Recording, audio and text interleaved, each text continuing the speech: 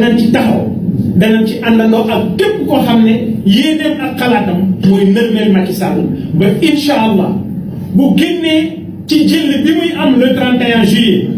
xelam ak xalaatam dootul nekk ci 3e candidature man candidature lay wax parce que mandat moom askan wi ñoo ko yor te yet wa ñu yoroon sori wu ñu de yet woowu saa su ne mën nañ koo caw Macky Sall ak ñi mu àndal parce que du ñu nangu 3e mandat comme ni ko les jeunes de Gëm Sa Bopp waxee du fi amee 3e mandat du fi amee jërëjëf. Vous avez des questions? Questions, oui.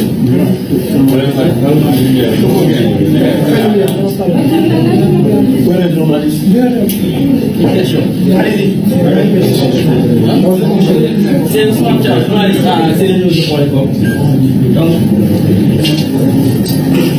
par rapport à la 3e candidature du président Macky Sall, gis nañu conseil constitutionnel ci élan boobu la inscrire ginnaaw si li nga xamante ni dogal bi daal di ne daal loolu itamit yéen seen taxawaay ci fànn boobu waaye tamit gis nañ ni yéen tout le temps yéen a ngi ci fii bu tànk bi loolu tamit ci ban logique ngeen ko inscrire ba mun ko perpétuer ndax yéen a ngi waajal Sédhiou. Évidemment ñu ngi waajal Sédhiou xam nga tibb tànk dañ ko boole léegi sax ak tiiñal parce que yamut rek ci tibb tànk muy wax ak benn kilifa ne ko booy boobu dafa réew parce que man du ma moroom moom ba mu naan ma dee tibb samay tànk yamatuma ci tibb moo tax ma indi tiiñal dama ko bëgg a wan ne ko gëwu mun naa nekk le président de la République cër la bu ñu lay jox mais bu fekkee ne li askan wi xaar ci yow mënoo koo jëfe ah non da ngay dégager ñu indi keneen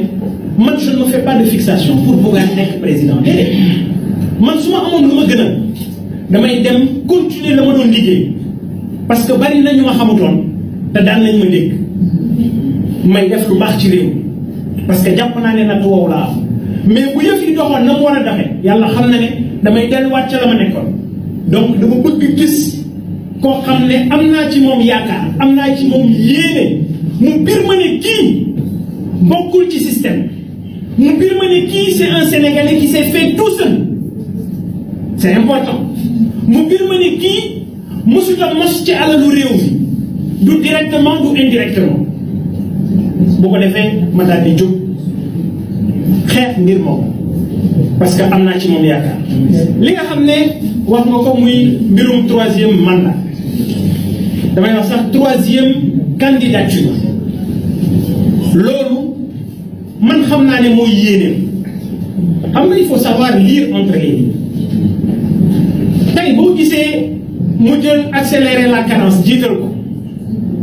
ñoom xamuñu ne Sénégal amul problème mu vitesse problème mu orientation la am ñoo da ngay dégg ñu naan la accélérer la cadence ay fast track parce que pour ñoom yëpp bi dafa yéex xamuñu ne yëpp bi yéexul yoon bi ñu jël moo baaxul donc loo waaxu doo yegg fa nga jëm jël nañu accélérer la cadence jiital ko mais li mu ci jublu lenn rek la parce que xam na ne bu jiitaloon góor dafay jóge am ambition comme Sénégal nag pare bu ñu jiital jigéen ci njiitum réew moo tax mu jiital borom accélérer la cadence mais na xam ne fii daaray lëg la gudd na ko matut jaay c'est-à-dire que loo mbalax rek ñun tulli nañ ko ba pare toog politique du dara bon sens rek la des fois nga dégg nit mën la wuy Bougane yow tu n'es pas un politicien entrepreneur nga demal toog je dis voilà un ignorant xamul ne politique du liggéey li Serigne Cheikh Al Maktoum waxoon mu ne nit koo xam ne day dunde politique du góor waaye kuy dunde diine it du góor kon suñu engagement bi ñu am c'est un engagement citoyen un engagement boo xam ne c'est pour les générations futures pour changer le Sénégal. Allez-vous participer régulièrement au rassemblement de Yewwi Askan Wi et un commentaire aussi sur la forme de l'uniforme. Mais écoutez, l'initiative de la coalition Yewwi Askan Wi, c'est une initiative à magnifier. Pourquoi? Parce que le Sénégal a besoin de ça. Le Sénégal, j'en parlais tout de suite, nous avons besoin d'une plateforme commune de lutte de toute l'opposition sur des questions essentielles. À un moment, il faut savoir taire les cœurs et se concentrer sur l'essentiel. Macky Sall ñun ñi nga xam ne dañu ko jaaxal parce que ñun bokkuñu ci opposition point yooyu mu doon wax ne da leen di réduire à zéro xam nga ñun daf ne woon da leen di réduire à leur plus simple expression man loolu dama ko doon dégg rek man boobu taxul fekk ma jóg xam nga ñun suñu classe gi taxuñu woon muy wax mais léegi ñun jóg nañu ce qui est important mooy mon président Macky Sall qui comprenne que l'opposition taxaw nañu pour jàkkaarloo ak moom moo tax ma ne cette initiative de Yewwi Askan Wi c'est une initiative qu'il faut saluer même si ñun kenn invité wuñu ci mais jàpp naa ne Sénégal donc moom moo ñu ñor et incha allahu rabbi demain su fekkoon ma nekk ci réew mi dama fay dem mais incha allah je serai à Paris parce que je dois aller en Europe de l'Est su ma demee bu manifestation amee sur Paris je me déplacerai sur Paris parce que li ma intéressé c'est le combat pour la préservation de notre démocratie. mais taxawaay bi ñëpp war a am mooy taxawaayu bi nga xam ne déjà tey jeunes yi commencé nañ ko mooy sensibiliser mag ñi parce que communication dafa am solo da ngay dégg mag ñi naan leen jeunes yi toog leen jeunes yi bu leen dem jeunes yi nangam ñoom waa gëm sa bopp jeunes yi sol nañu seen dàll dugg ci kër yi waxtaan ak mag ñi waxtaan ak yaay yi waxtaan ak ndaw ñi pour leur faire comprendre que boo jàkkaarloo ak koo xam ne yéeneem mooy réduire la à ta plus simple expression kooku da ngay jëflante ak moom te nag li gën a grave mooy ces partenaires internationaux USAID l'Union européenne la francophonie l'Allemagne mais ñooñu ñëpp dañuy jël xaalis bu weex tàll di ko dugal ci processus électoral bu Sénégal bu élection amee Sénégal mais ñoom ces partenaires internationaux et même les observateurs de l'Union européenne dañuy takk seen ay gilet di wër réew mi di xool ndax wat bi jaar na yoon waaw mais wat bi balaa ngay xool jaar na yoon xoolal ndax processus bi ngay dugal sa xaalis jaar na yoon lu ko mooy et ñoom muy l'Union européenne bind nañ leen tontooguñ USAID bind nañ leen ci njublangu Macky Sall tontooguñ alors ñun jàpp nañu ne ñooñu USAID Union européenne francophonie et les chancelleries yi nekk fii bu ñu jógul wax ak Macky Sall taxawaayu complice la ñuy taxaw alors loolu nag duñu ko nangu ces puissances étrangères bu fekkee ne Macky Sall daf leen dig suñu pétrole wala mu dig leen suñuy gaz nañu xam ne réew mi santul Sall santul Faye santul Dimbo voilà. Président, aujourd'hui, donc, par rapport à ce contexte du jeu de ping-pong entre le Conseil, le Conseil constitutionnel et également la direction des élections, et également ce qui se passe actuellement avec l'opposition qui va aller sur le terrain, on risque donc d'assister au chaos. Est-ce que là, ce n'est pas un peu prêter le flanc au report des élections législatives? Première question. Deuxième question, vous avez parlé un peu donc, de la visite de Macky Sall chez Poutine. Aujourd'hui, vous dites que c'est un peu quémandé pour que les blés puissent donc rentrer au niveau donc, du Sénégal. Aujourd'hui, si jamais le président Macky Sall réussit, ce que beaucoup de personnes n'ont pas réussi, beaucoup de peut-être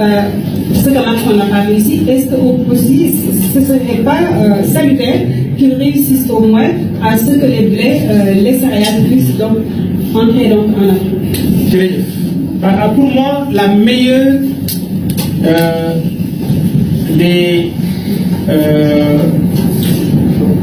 je dirais le meilleur résultat qui puisse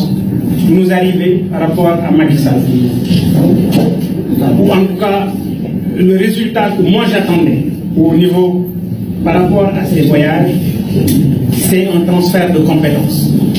C'est de permettre d'abord à l'Afrique le Sénégal en particulier, mais à l'Afrique, d'avoir les moyens de passer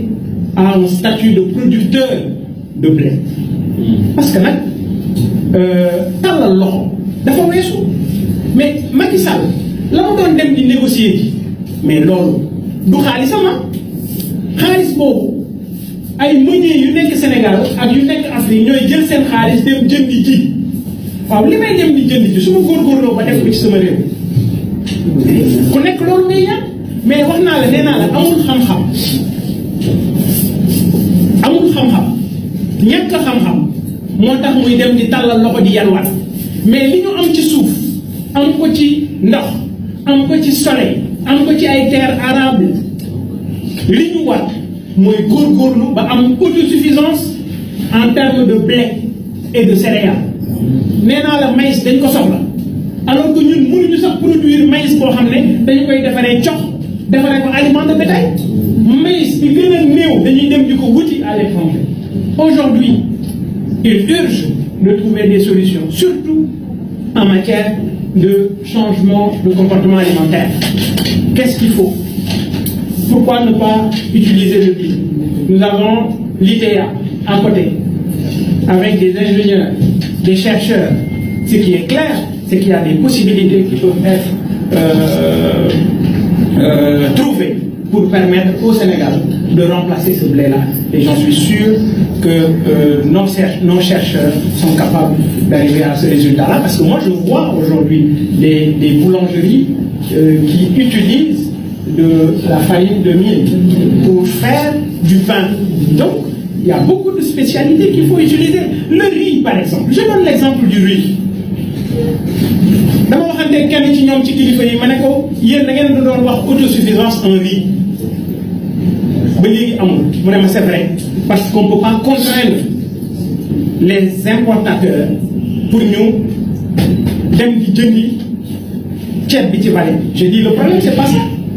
du di da ngeen leen di jox DIPA waaw ku ñu jox DIPA 10 000 wala ku ñu jox DIPA 70 000 tonnes bu ñu la joxee DIPA ren nga la jëndal dañ lay wax ne déwén boo jëndul 35 000 tonnes ci vallée bi bu boobaa ñun duñu la joxaat DIPA pour nga dem jëndi bi ci réew aussi ça et bu boobaa ñu encouragé nit ñi wax leen xamal leen ne nañu dem lekki acege lekki leneen fexe ba coopération sud-sud bi fexe ba li ñuy doon dem di ko jëndi bitim réew ñu jënd ko ak suñuy moroomu réew yu nekk ci Afrique mais le marché de la CEDEAO vous savez c'est combien de millions de personnes 450 millions de personnes mais 450 millions yooyu bu fekkoon ne tey kii yëngatu ci wàllu karité góorgóorlu nañu ba karité am di ñëw fii kii yëngu ci wàllu buy góorgóorlu nañu ba buy boobu di dem beneen et cetera mais vous pensez que suñu problème dañu ko lijjanti en fait danañ ko lijjanti bu baax a baax a baax malheureusement wax naa leen ko problème bi ñu am au Sénégal jamul rek ci politicien Abdou Diouf mënta bon Ablaye Wade bon Senghor bon mënu nekk problème bi ñu am ñun Sénégal mooy suñu ay hauts fonctionnaires tey yow boo doon jënd ay yére bitim réew du ñu góorgóorlu mukk pour que yow yére yooyu nga defar ko ci réew mi xam nga lu ñuy xalaat dañuy jàpp ne boo ko defaree ci réew mi doo fay douane te boo fayul douane du ñu mën a màccaat parce que fa la ñuy màccaate alors à ce rythme naka la réew mi di développer à ce rythme naka la Sénégal di avancer moo tax ma ne la autosuffisance en riz bi ma la doon wax sànq dama ne leen góorgóorlu leen mais non seulement y a un problème de volonté politique parce que le problème ñoom la Macky Sall taxawul fii ne loyer bi mënu ko rek wax na ko wala wax ko waaw xam nga lu tax mënu ko rek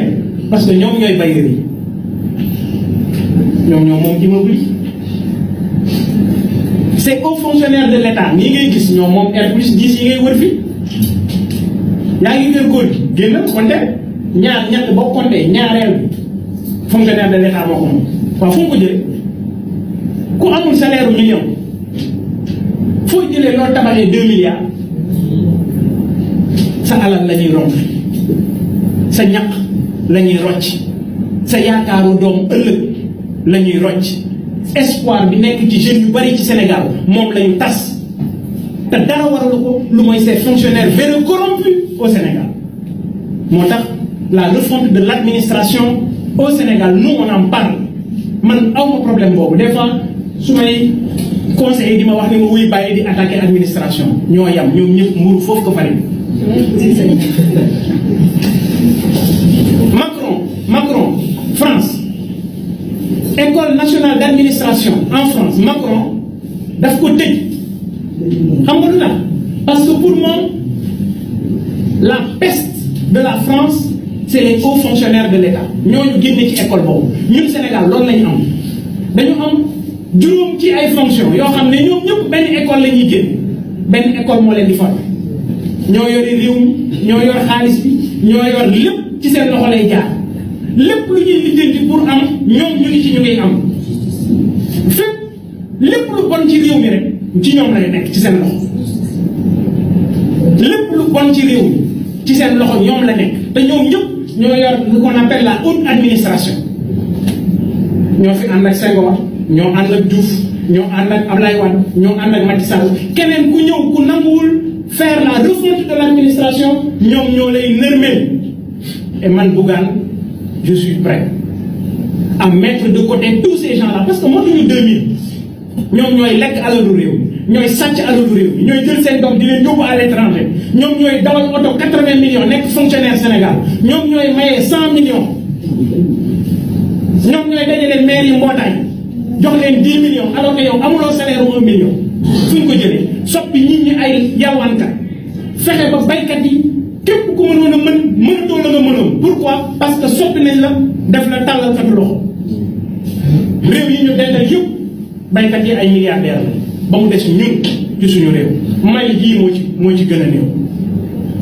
transporteurs yu Sénégal lan lañ leen defal dara lu ñu leen taxawoo dara waxuma la nag menuisier yeeg maçon yeeg ñoom it seen nga xam ne lu baax ci réew mi ñoom ñoo ko def alors il urge de faire une purge au Sénégal et purge boobu il faut ñu commencer ko ci ces politiciens professionnels commencer ko ci ñi nga xam ne également ñoom ñooy ces fonctionnaires véreux de l'État du Sénégal ces corrompus qui sont aujourd'hui à la disposition de Macky Sall yaa ngi koy wax léegi di tudd DGE ku xamoon DGE élection yi moo tax ñi xam leen ndax seen ñàkk jom ndax seen liggéey bu bon ndax seen taxan feete wet pourquoi parce que Antoine Diome moom moo leen jiite Antoine Diome lu ko waay wax tooñ ko ku ko jiital ku ko fal